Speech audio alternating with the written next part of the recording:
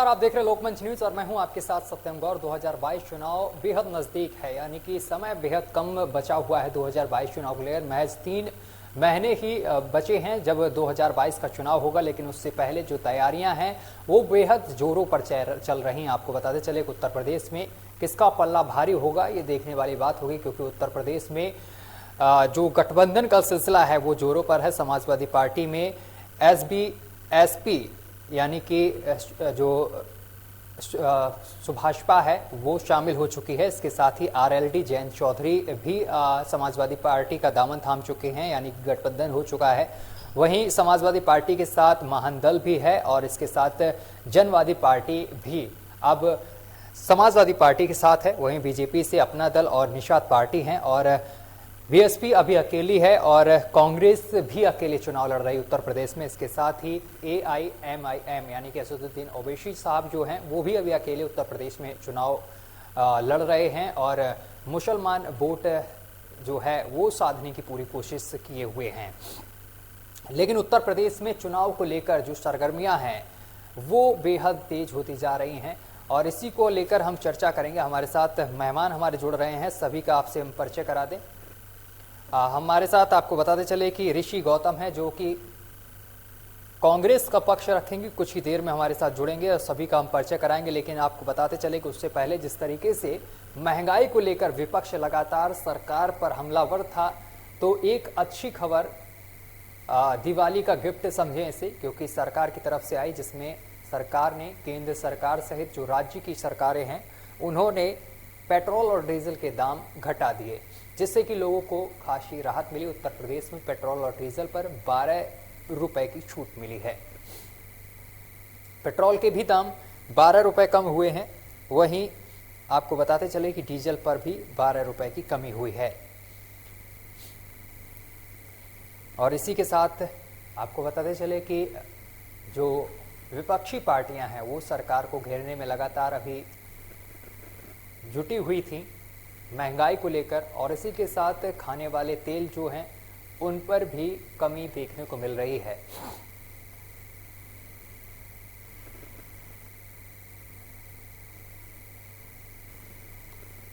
और साथ ही आपको बताते चले कि जयंत चौधरी यानी कि लगातार जनसभाओं को संबोधित कर रहे हैं और इस दौरान वो लगातार सरकार पर हमलावर हैं। उन्होंने भी नौकरियां देने का जनता से वादा किया है। विपक्षी पार्टियां जो भी हैं वो रोजगार देने के बड़े बड़े वादे कर रही हैं, लेकिन देखना ये होगा कि जनता किसके पक्ष में जाती है।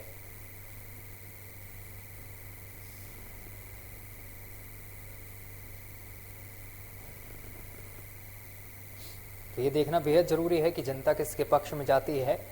लखीमपुर खीरी में हुए कांड को लेकर भी विपक्ष लगातार सरकार पर हमलावर है।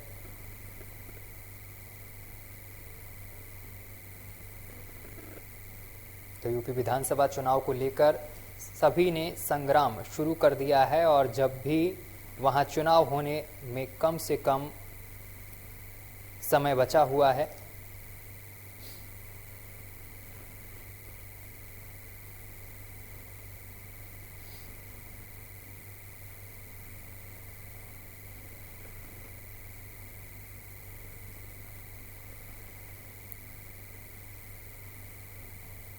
और जयंत ने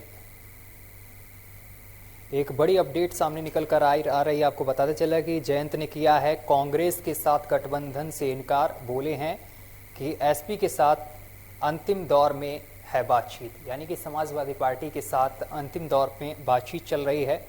असल में पिछले दिनों आरएलडी और कांग्रेस के बीच चुनाव गठबंधन की चर्चा तेज हुई थी और कहा जा रहा था कि कांग्रेस ने आरएलडी को ऑफर दिया है, जिसके तहत कांग्रेस और आरएलडी के बीच यूपी चुनाव के लिए गठबंधन होगा। ये चर्चा बहुत तेजी से फैल रही थी। उत्तर प्रदेश में होने वाले विधानसभा चुनाव से पहले कांग्रेस और राष्ट्रीय लोकदल यानी कि आरएलडी के बीच गठबंधन की चर्चा पर पार्टी अध्यक्ष जयंत चौधरी ने ब्रेक लगा दिया है।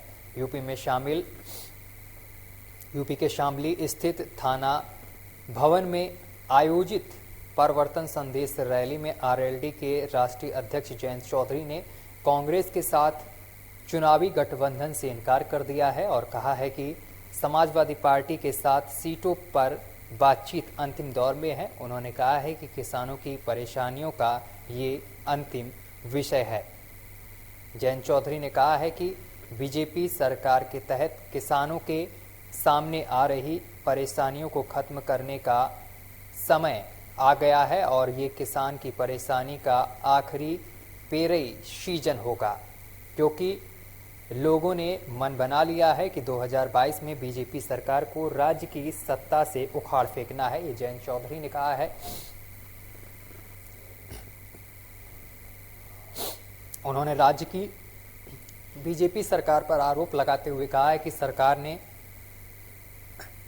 कभी भी किसी गरीब या किसान का भला नहीं किया है।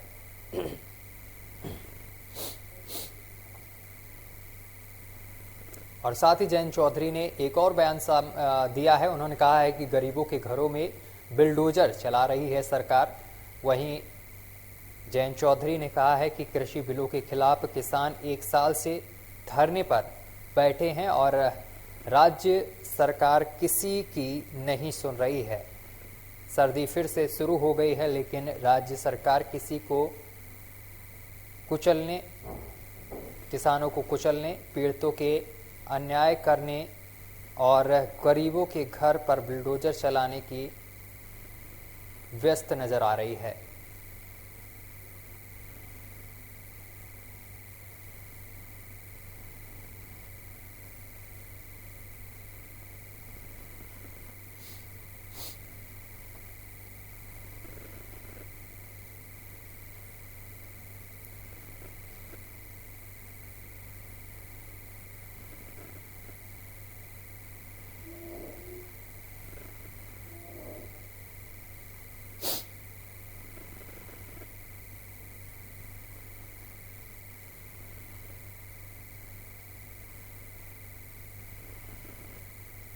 तो बड़ी और अहम जानकारी आप तक पहुंचा रहे हैं। पिछड़ों को साथ कर सरताज बनने की तैयारी में जुटे हैं अखिलेश यादव। 2022 चुनाव को लेकर आपको ये अपडेट दे रहे हैं। आपको बताते चले कि अखिलेश यादव ने दावा किया है कि पिछड़ों ने यह तय किया है कि 2022 में सरकार का सफाया होगा। वहीं लालजी वर्मा ने दावा किया है कि दलित समाज भी 50% बसपा का साथ छोड़ चुका है।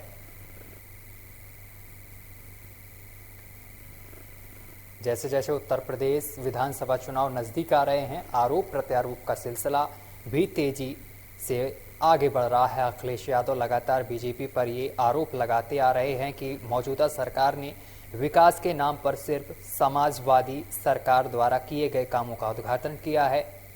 अंबेडकर नगर में हुई एक रैली में अखिलेश यादव ने न सिर्फ बीजेपी पर निशाना साधा है, बल्कि आरएलडी से गठबंधन के भी संकेत दिए हैं। अखिलेश यादव ने कहा है कि यह जन समर्थन बदलाव है और इस सरकार ने सबको धोखा दिया है।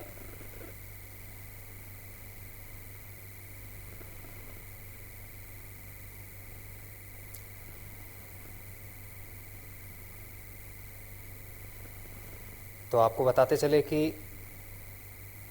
इसी को लेकर चर्चा करेंगे और इसी को लेकर हमारे साथ हमारे मेहमान जुड़ गए हैं। एक बार सभी से आपका परिचय कराएंगे। कुछ ही देर में हमारे साथ मेहमान जुड़ेंगे। आपको बताते चले कि हमारे साथ ऋषि गौतम कांग्रेस नेता जुड़ेंगे, जो कि कांग्रेस का पक्ष रखेंगे। और इसी के साथ बीजेपी से हमारे साथ एसआर वर्मा हमारे साथ जुड़ेंगे और कुछ ही देर में आम आदमी पार्टी से इरम खान जुड़ेंगी, जो कि आम आदमी पार्टी का पक्ष रखेगी, क्योंकि आम आदमी पार्टी भी उत्तर प्रदेश में विधानसभा चुनाव लड़ने जा रही है और पूरी तैयारी में जुटी हुई है।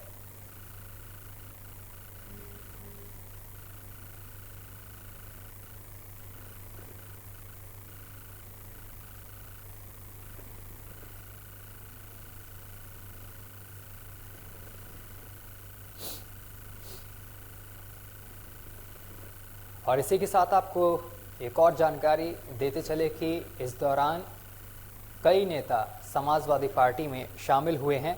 तो चलिए अब एक बार अपने मेहमानों का रुख कर लेते हैं। ऋषि गौतम कांग्रेस नेता हमारे साथ जुड़ गए हैं। सर, आपका बहुत बहुत स्वागत है लोकमंच न्यूज़ पर।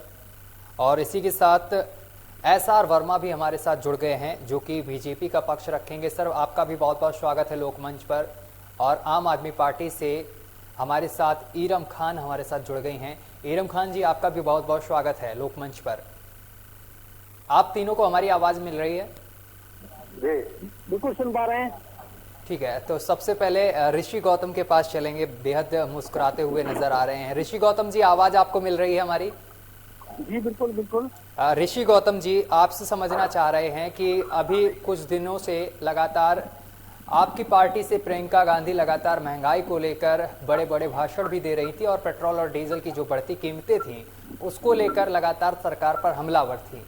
लेकिन अब सरकार ने पेट्रोल और डीजल के दाम घटा दिए हैं, लेकिन आपकी जहां सरकार है वहां पर पेट्रोल और डीजल के दाम नहीं घटाए गए हैं, ऐसा क्यों?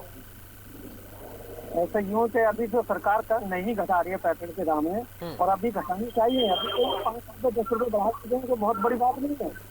जब पेट्रोल जब 2014 में यूपी की सरकार थी तो हमारा पेट्रोल और डीजल तो बहुत डबल हो चुकी है आज के समय पे। और जो घरेलू गैस का सिलेंडर है जो वादा किए थे देने के लिए हमारे देश के प्रधानमंत्री जी ने कि हम जो एक सिलेंडर हर महीने फ्री देंगे और एक सब्सिडी फ्री देंगे, वो सब्सिडी सारी खत्म कर दी गई।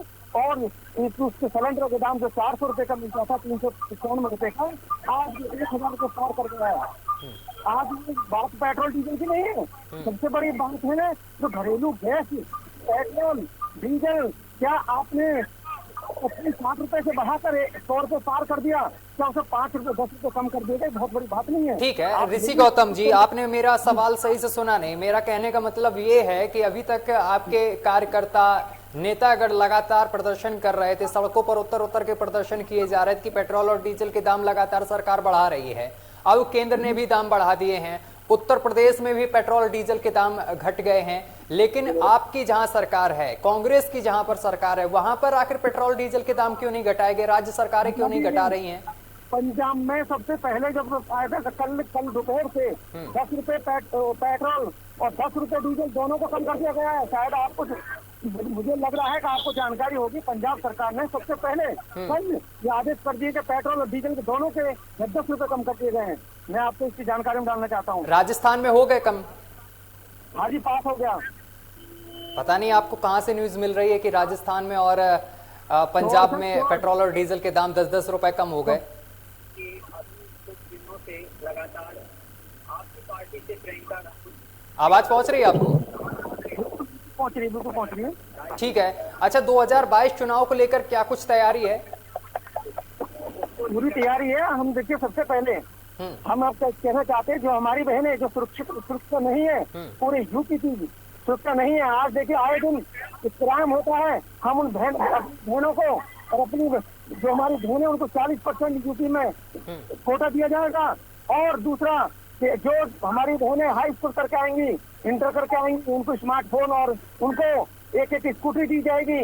और जो हमारे 40% जो कोटा दिया गया है वो 40% कोटा हमारा कांग्रेस पार्टी और हमारे किसानों का पूरा जो पिछला बिल बिजली का था और अब तक जो बिल है वो हमेशा 5 साल तक, जब तक हमारी सरकार चलेगी 5 साल तक इसका बिजली का बिल फ्री होगा, उनका कर्ज माफ किया जाएगा।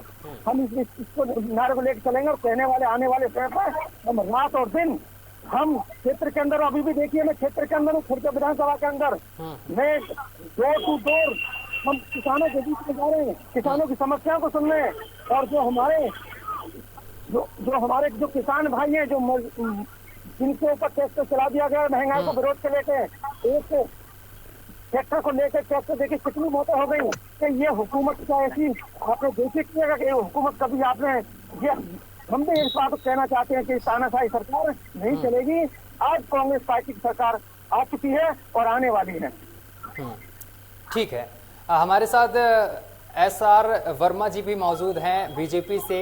एसआर वर्मा जी, लगातार आपकी सरकार पर आरोप लगा रही है विपक्षी पार्टियां कि किसी भी तरीके का विकास नहीं हुआ है और आपकी सत्ता में लगातार महिलाओं के साथ दुर्व्यवहार हो रहा है, क्या कहेंगे आप?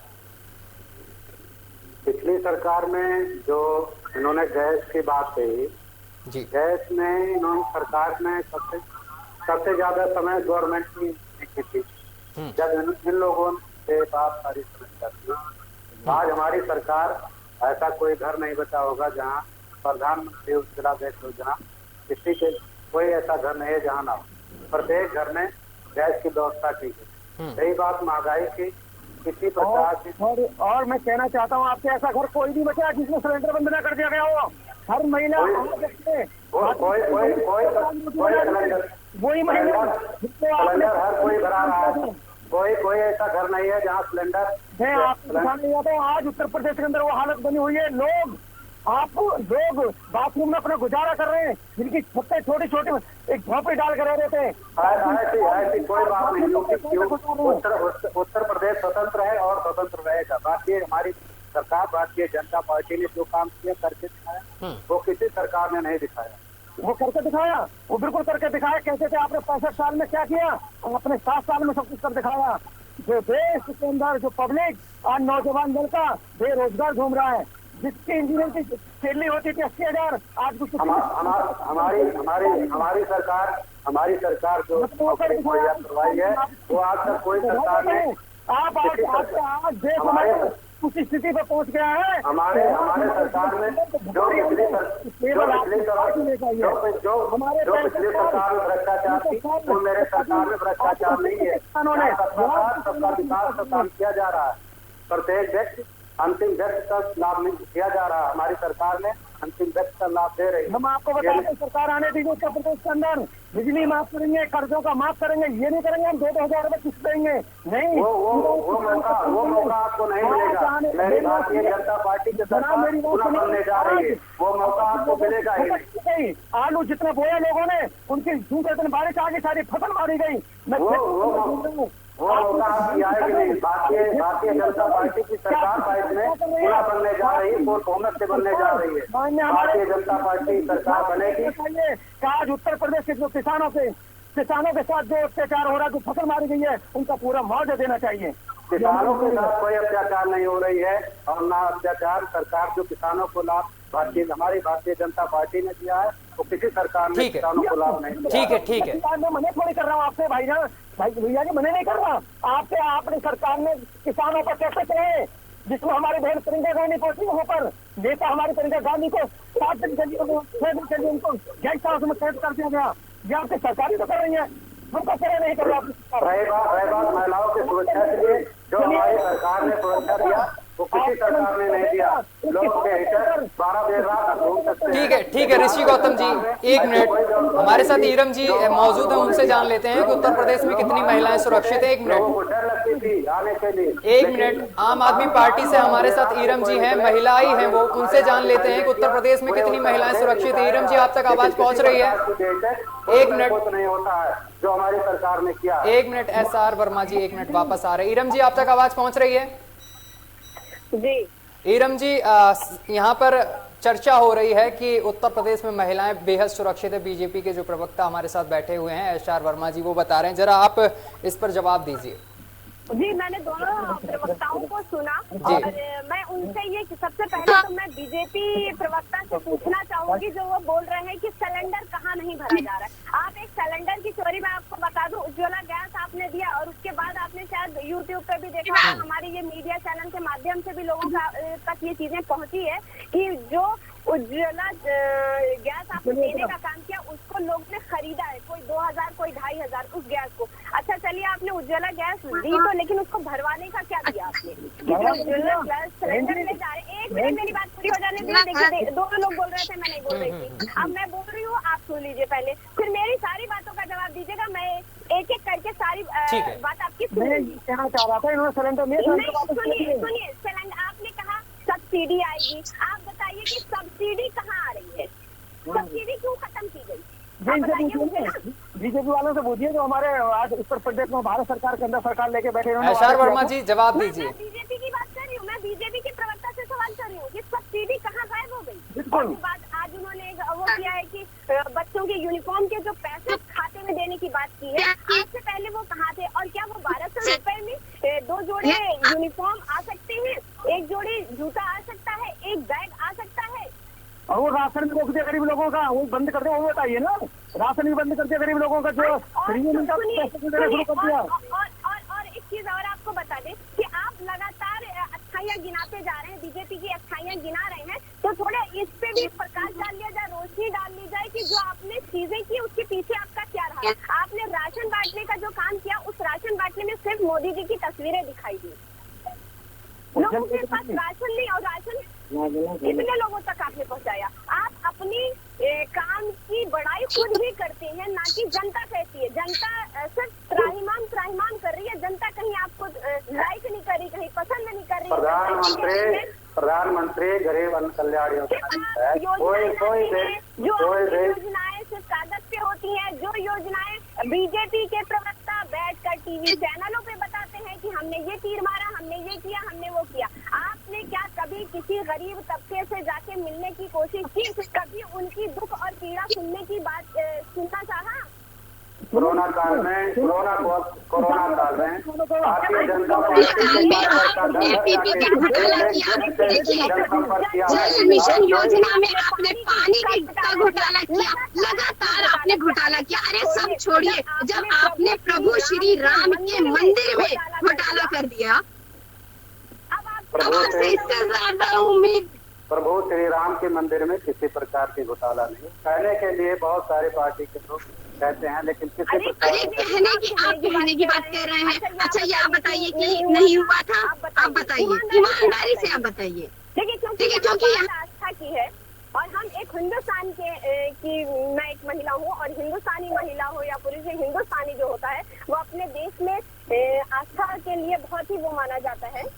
आस्था की बात है। आस्था के पहले लोग ये पूछते थे कि डेट बताइए, डेट न बताने के बाद पहले ही उसका जो एक बात बता दूं, आपके पास बस 2 ही 3 मुद्दे हैं, हिंदुस्तान पाकिस्तान, कब्रिस्तान शमशान, हिंदू और मुसलमान, इसी पे आपने हमेशा चुनाव लड़ा है, और यही आपका पैटर्न है। हिंदुस्तान है और हिंदुस्तान रहेगा। हिंदुस्तान की बात की कभी उत्तर प्रदेश, मैं बीजेपी के प्रवक्ता से पूछना चाहती हूँ, कभी उत्तर प्रदेश में आपने ये पूछा कि हाँ महिलाओं को सुरक्षा मिल रही है कि नहीं, महिलाओं को फ्री यात्रा मिल रही है या नहीं मिल रही है, अच्छे स्कूल है या नहीं है? अरे कोविड काल में हमने आपके अस्पताल देखे कि पराली की तरह लाशें जला दी गई, गंगा में लाशें बहा दी गई, इंसान को कीड़े मकोड़ों की तरह आपने खत्म करने का। ठीक है ईरम जी, जो सुविधा भारतीय जनता पार्टी ने दिया है किसी सरकार ने नहीं दिया है। लेकिन हमारी सरकार ने घर घर जाकर के क्या जो बीजेपी सरकार ने किया किसी ने नहीं किया, वो किया है। हमारे 6 किसानों की हत्या कर दी गई, पत्रकार की हत्या कर दी गई, और आज जो गंगा नदी के किनारे जो भाषा दी गई, कुत्तों के बेचारे ने खोल कर दिखाई गई।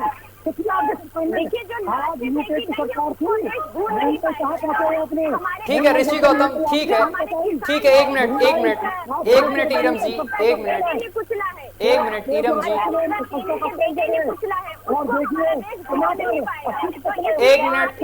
हमारी सरकार में किसान सब कुछ है, किसी प्रकार की समस्या किसानों के पास नहीं है। किसान जो हमारी सरकार ने किया है वो सार्वजनिक काम किया है, ठीक है देने का काम। ईरम जी आवाज पहुंच रही है आप तक। सड़क का काम हो, हॉस्पिटल का काम हो, सारा लोगों ने सार्वजनिक काम किया है। हॉस्पिटल में कौन नहीं जाता है, सड़क पे कौन नहीं चलता है, किसान गरीब कल्याण योजना का लाभ कौन नहीं लिया है? सारे लोगों ने लिया। देखिए मैं बीजेपी के प्रवक्ता से एक चीज कहना चाहूंगी कि ये बताइए, 1 साल से किसान जो है वो सड़क पे बैठा हुआ है, कहाँ उसको न्याय मिल रहा है? वो कुछ और थोड़ी ना मांग रहा है आपसे, वो सिर्फ अपनी हक की लड़ाई लड़ रहा है। आप उसको ठीक है ईरम जी, एक और भी पार्टियां हैं उत्तर प्रदेश में जो चुनाव लड़ रही हैं, और बीजेपी के टक्कर में ईरम जी ये बताइए, कांग्रेस के प्रवक्ता भी हमारे साथ बैठे हुए हैं, ऋषि गौतम, वो भी दावा ठोक रहे हैं उत्तर प्रदेश में विधानसभा चुनाव जीतने का, क्या कहेंगी? देखिए जो कांग्रेस के प्रवक्ता हैं, मैं उनसे यही कहूंगी कि आज से पहले आपकी भी तो सरकार रही, आपने कितना अच्छा करके दे दिया। हमने वो किया है, कह रहे हैं हम स्कूटी देंगे, हम नौकरी देंगे, हम मोबाइल देंगे, कुछ नहीं देंगे। नीलम जी हमारी बात सुनिए, आप हमें अच्छा अस्पताल चाहिए। मैं आपको हमारी सरकार टैबलेट देने जा रही है, सभी बच्चों को महिला देने जा रही है, आप हमारी देने जा रही है। हम सम्मान करना चाहते हैं अपनी बहनों का। तो शायद ठीक है एसआर जी, आपके पास बाद में आएंगे, 1 मिनट बात पूरी हो जाने दीजिए। वही कह रहा हूँ मैं, नीलम जी आप हमारी बहन है, आप हमारे घर की सदस्य, हम आपका सम्मान करना चाहते हैं, महिलाओं का बीजेपी सदस्य सम्मान करते हो हम। क्यों ऋषि गौतम जी इन शब्दों से तो ये लग रहा है कि आम आदमी पार्टी के साथ क्या आप गठबंधन करना चाह रहे हैं, जो इस तरीके से आप बात कर रहे हैं? देखिए गठबंधन ये हमारे ये आज उत्तर प्रदेश के अंदर अलाउ हो चुका है, हमें इस बात का खंडन करते हैं कि किसी पार्टी से हम गठबंधन नहीं करेंगे। तो ईरम जी की सवाल का जवाब दीजिए, घुमा क्यों रहे हैं आप? ईरम जी ने जो सवाल किया है उसका जवाब दीजिए, घुमा क्यों रहे हैं आप? मैं आपको जवाब देता हूँ। आपकी भी तो सरकार रही उत्तर प्रदेश में, आपने भी तो राज किया है। सुनिए, आज मेरी उम्र 45 एज हो गई, मैंने अपने जीवन में सरकार तक नहीं देखी यूपी के अंदर। जी नीलम जी कैसे कह सकती हमारी बहन? हमारी सरकार आने वाली जब आएगी हम बता देंगे कि सरकार जब देखिए मैंने सिर्फ एक ही सवाल किया है कि आज से पहले आपने भी तो शासन किया है, आज से पहले आपकी भी तो सत्ता रही है, क्यों नहीं फ्री हो पाई, क्यों नहीं महिलाओं को सुरक्षा मिल पाई, क्यों नहीं सुनिए आज जो आरक्षण की बात है, क्यों नहीं वो आरक्षण पहले महिलाओं को मिला? आज वो सिर्फ एक लॉलीपॉप की तरह यूज किया जा रहा है, जो कि हमेशा की तरह यही कहा जाएगा वो चुनावी जुमला था, चुनाव के समय बोलना पड़ता है। देखिए जी मैं आपको बता रहा हूँ, जब यूपीए की सरकार थी, 2014 में सरकार थी, हमारे प्रधानमंत्री मनमोहन सिंह प्रधानमंत्री थे, जब हमारा 15% कोटा का मिला तो उसको 35% करने का केवल कांग्रेस पार्टी ने किया था। रही विकास के बाद दिल्ली में 15 साल सरकार रही, 10 साल सरकार रही, वो विकास किया है तो पूरे देश में नहीं हो सकता। जो जहाँ जाम का आज जाम नहीं मिल सकता, जो मेट्रो की सुविधा थी केवल कांग्रेस पार्टी की देन हुई वो। तो सिलेंडर जो हमारा सिलेंडर हमेशा 145 से लेकर और 250 रुपए तक सिलेंडर हुआ, तभी हमारी सरकार ने 400-500 रुपए सिलेंडर दिया। और जो राशन जो हमेशा सरकार रही हमारी वहाँ पे सरकार किसी से पैसा नहीं लिया। और हमारे जितने भी बेचारे झुग्गी झोपड़ी के लोग थे उनको देने का उनको 50% लोग जो भी उनकी सहायता हुई सारी। ईरम जी जवाब दीजिए। देखिए मैं एक ही सवाल उनसे बार बार करूंगी कि उन्होंने क्यों नहीं गरीबों के लिए क्या किया? उन्होंने बहुत जल्दी सारी चीजों को गिना दिया, लेकिन मैं फिर भी उनसे वही सवाल करूंगी कि उससे पहले भी इनके पास सत्ता की ताकत थी और क्यों नहीं इन्होंने आज जो नौकरी देने का वादा कर रहे हैं, आज जो महिला आरक्षण की बात कर रहे हैं, तब क्यों नहीं किया था? भाई आपके पास पावर था, आप कर सकते थे, तब आपने किया नहीं। आज कहते हो हमारे पास पावर हो जाएगा तो हम कर देंगे। अगर आरक्षण की बात है, आम आदमी पार्टी पूरा आपका समर्थन करेगी। कांग्रेस का कहना है, कांग्रेस सरकार जब थी 27% आरक्षण इंडियन ऑयल का कोई फॉर्म भरता था उसको नहीं मिलता था। आज हमारी गवर्नमेंट है, कोई भी आवेदन करे उसको 27% का आरक्षण फॉर्म फिलअप करने के बाद दिया जाता है। क्या ये आरक्षण मैं पूछना चाहता हूँ कांग्रेस के पास थी, पहले इनकी सरकार थी। आवाज पहुंच रही सर? ऋषि गौतम जी आवाज पहुंच रही आप तक? लगता है ऋषि गौतम जी संपर्क टूट गया, एक बार फिर से संपर्क साधने की कोशिश करेंगे। लेकिन आपको बताते चले कि आप तीनों मेहमानों का बहुत बहुत शुक्रिया, समय की कमी है, माफी चाहता हूं। ईरम जी आपका भी बहुत बहुत शुक्रिया और एसआर वर्मा जी आपका भी बहुत बहुत शुक्रिया और ऋषि गौतम आपका भी बहुत बहुत शुक्रिया हमारे साथ डिबेट का हिस्सा बने और 2022 चुनाव को लेकर चर्चा की। आपको बताते चले कि 2022 का जो चुनाव है वो बेहद नज़दीक है, जिसको लेकर घमासान छिड़ा हुआ है। सभी पार्टियां अब कमर कसली हैं और गांव-गांव गली-गली जाकर जनता को साधने और लोगों की साधने की कोशिश की जा रही है, जनता को लुभाने की कोशिश की जा रही है। तरह तरह के वादे भी किए जा रहे हैं कांग्रेस की तरफ से, मोबाइल स्कूटी सहित किसानों का कर्ज माफ़ी तक के भी वादे किए जा रहे हैं। वहीं यहाँ पर समाजवादी पार्टी भी पीछे हटती हुई नजर नहीं आ रही है। रथ यात्रा शिवपाल यादव निकाल रहे हैं जिसके माध्यम से जनता को साधने की पूरी कोशिश की जा रही है। लेकिन देखना ये होगा कि 2022 का जो रण है वो कौन जीतता है, ये देखने वाली बात होगी। आखिर जनता किसको गद्दी पर बैठाती है। फिलहाल मेरे साथ अभी के लिए बस इतना ही। देश दुनिया की तमाम खबरें देखने के लिए देखते रहिए लोकमंच न्यूज।